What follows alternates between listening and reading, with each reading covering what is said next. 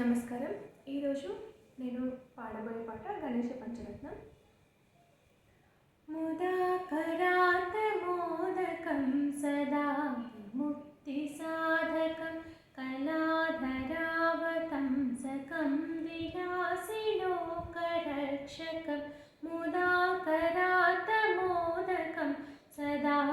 ముక్తి సాధకం కళాధరావతం సకం विलासिलोकरक्षकम् अनायकैकनायकं विनाशितेवदैत्यकं नताशुभाशुनाशकं नमामि तं विनायकम् नमामि तं विनायकम्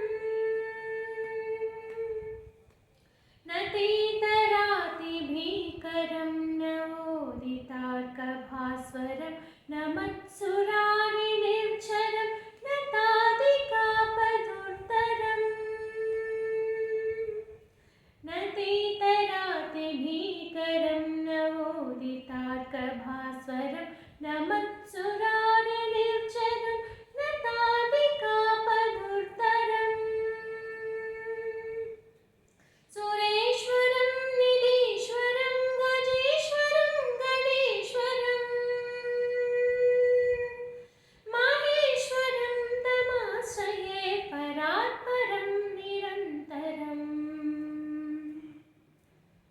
परात्परं निरन्तरम्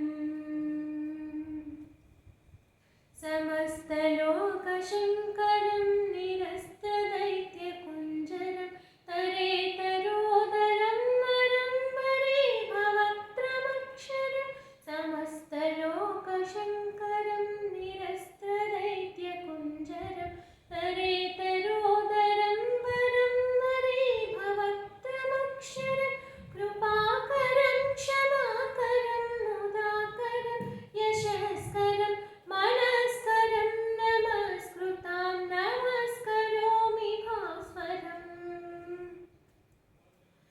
नमस्करोमि भास्वरम् अकिञ्चनार्ते मार्जनम्